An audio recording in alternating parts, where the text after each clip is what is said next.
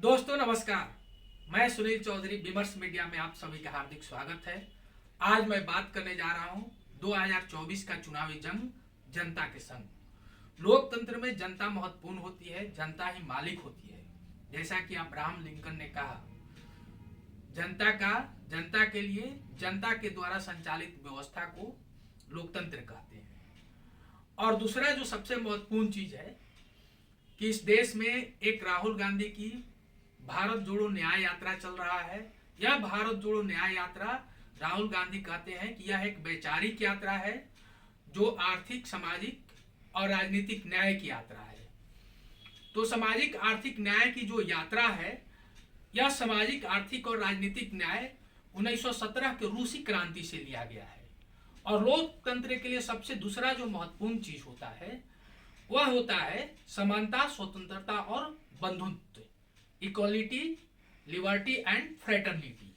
तो इन शब्दों के साथ किसी भी लोकतंत्र का हम मूल्यांकन करते हैं।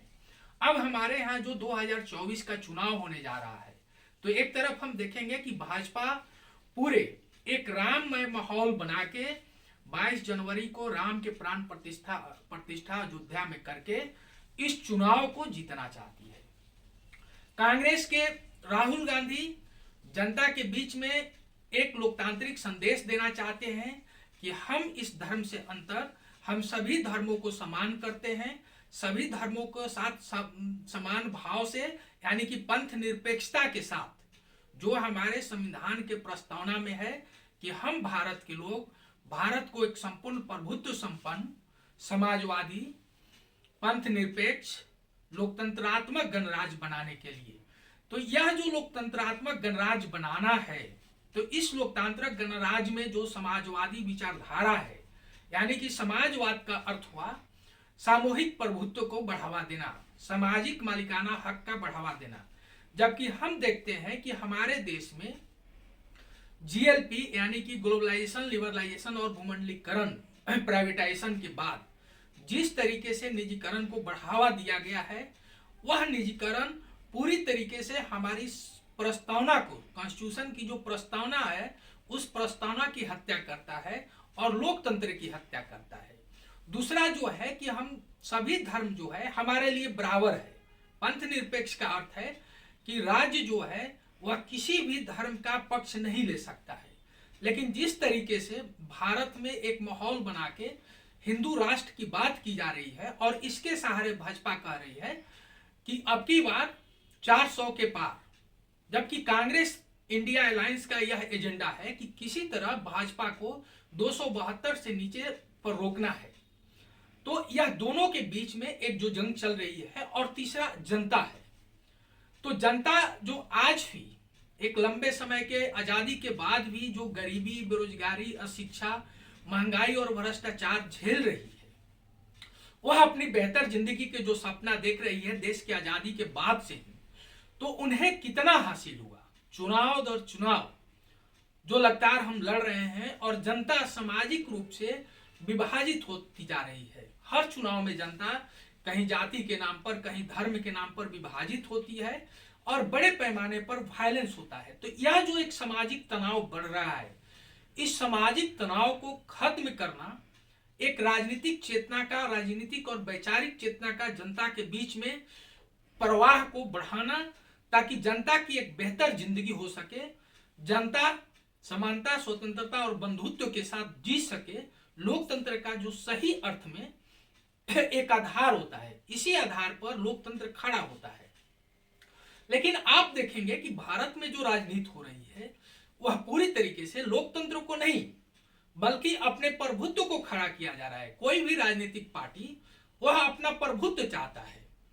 कांग्रेस भी इस यात्रा के सहारे राहुल गांधी को स्थापित करना चाहती है राजनीति में।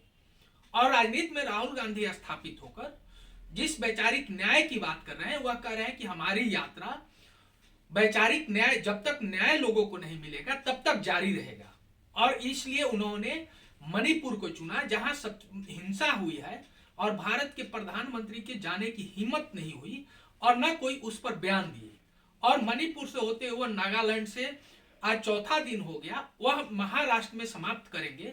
इसमें वह लगभग हाइब्रिड गए हैं और इससे वह अपनी राजनीति को मजबूत करना चाहते हैं, जो कांग्रेस राजनीतिक रूप से एक तरीके से हम कहें कि निचले पैदान पर खड़ी है, जहां मात्र अभी 3 स्टेट में उनकी सरकार है, जबकि हम भाजपा को देखते हैं तो भाजपा को 12 स्टेट में अभी सरकार चल रही है और 4 स्टेट में अलायंस की सरकार है। अभी जो भी सर्वेक्षण नए आ रहे हैं, उस सर्वेक्षण में आ रहा है कि भाजपा 2024 का चुनाव वह जीत रही है और भारी बहुमत से जीत रही है। तो कांग्रेस के सामने और इंडिया अलायंस के सामने यह सबसे बड़ी चुनौती है कि भाजपा से वह नेक टू नेक फाइट कैसे करेगी। भाजपा से वह फाइट करके इस माहौल से इस देश को निकालना, जिस देश में एक तरफ धार्मिक उन्माद और सामाजिक तनाव बढ़ रहा है, उस तनाव को सामाजिक समरसता की तरफ, सामाजिक एकता की तरफ, सामाजिक समानता की दिशा में इस राजनीति को कैसे ले आ जाया जाए।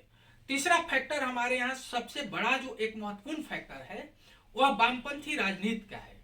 तो वामपंथी राजनीति का अभी राष्ट्रीय स्तर पर कोई बहुत बड़ा एजेंडा नहीं चल रहा है, जबकि पूरे आर्थिक मॉडल पर हम देखते हैं तो पूरी दुनिया में 2 ही आर्थिक व्यवस्था चलती है, एक पूंजीवादी व्यवस्था और दूसरा समाजवादी व्यवस्था। लेकिन भारत में इस दोनों के बीच एक हाइब्रिड व्यवस्था है, जिसमें हम समाजवाद को भी फॉलो करते हैं और पूंजीवाद को दिशा में बहुत तेजी से आगे बढ़ रहे हैं। पूंजीवाद की दिशा में आगे बढ़ने का मतलब निजीकरण की दिशा में आगे बढ़ना है और कॉरपोरेट के हाथों में हमारा सामाजिक, हमारा संसाधन, हमारा आर्थिक संसाधन उनके हाथों में सौंप देना है। और एक दिन आते आते यह ऐसे पता चलेगा कि कॉरपोरेट इतने शक्तिशाली हो गए हैं कि वह प्रधानमंत्री से भी ज्यादा ताकतवर है। तो उस समय लोकतंत्र का कोई महत्व नहीं रहेगा। इसलिए अगर हम लोकतंत्र को बचाना चाहते हैं तो इस देश में एक ऐसी आर्थिक व्यवस्था लानी होगी जो व्यवस्था आर्थिक प्रभुत्व को और राजनीतिक तानाशाही को खत्म करे। अगर आर्थिक प्रभुत्व खत्म होता है तभी आर्थिक समानता आएगी और आर्थिक समानता में ही नागरिक का विकास होता है, नागरिक को एक समान अवसर मिलता है और मजबूत नागरिक ही मजबूत राष्ट्र का निर्माण करता है। जो भाजपा का है राष्ट्रवाद का नारा है, वह राष्ट्रवाद तभी मजबूत होगा जब एक मजबूत नागरिक का निर्माण होगा और नागरिकों के बीच में एकता होगी, भाईचारा होगी, प्रेम होगा। जैसे राहुल गांधी ने कहा है मणिपुर में कि हम यहाँ पर पहले जैसा शांति, भाईचारा और एकता वापस लौटाने के लिए आए हुए हैं। तो यह राहुल गांधी की जो भाईचारा, प्रेम और एकता की यात्रा है, जो वैचारिक यात्रा है, इस यात्रा को आगे बढ़ाना, जनता को राजनीतिक रूप से जागरूक को शिक्षित करना ताकि वह अपना पक्ष चुन सके। सबसे इस देश में दुखद बात यह है कि जनता अपना पक्ष नहीं चुन पाती है कि कौन सा पक्ष जो है राजनीतिक पक्ष वह हमारे पक्ष में खड़ा है। जनता के सामने लगातार नए नए मुद्दे लाए जाते हैं और ऐसा मुद्दा लाया जाता है जो राजनीतिक मुद्दा नहीं है, जो जनता की बेहतरी से जुड़ा हुआ मुद्दा नहीं है, उसको खड़ा करके वह चुनाव के समय एक भावनात्मक इमोशन जो फैला के चुनाव जीत जाते हैं। तो इसलिए जनता को शिक्षित करना बहुत जरूरी है। अगर जनता को हम शिक्षित कर देते हैं राजनीतिक रूप से और लोकतंत्र के अधिकार को हम बता देते हैं कि आपका लोकतंत्र में ये अधिकार है और आप ही मालिक हैं, तब जनता जो 5 साल में चुनाव के समय जनता खड़ी होती है, वह 5 साल जनता मालिक के रूप में खड़ी रहेगी और तब लोकतंत्र मजबूत होगा और एक देश मजबूत होगा और तब हम इस देश में एक नागरिक के बतौर सही निर्णय ले पाएंगे। इस सही निर्णय के लिए जरूरी है कि जनता के बीच में राजनीतिक आंदोलन और राजनीतिक अभियान चलाया जाए। इन्हीं बातों के साथ धन्यवाद।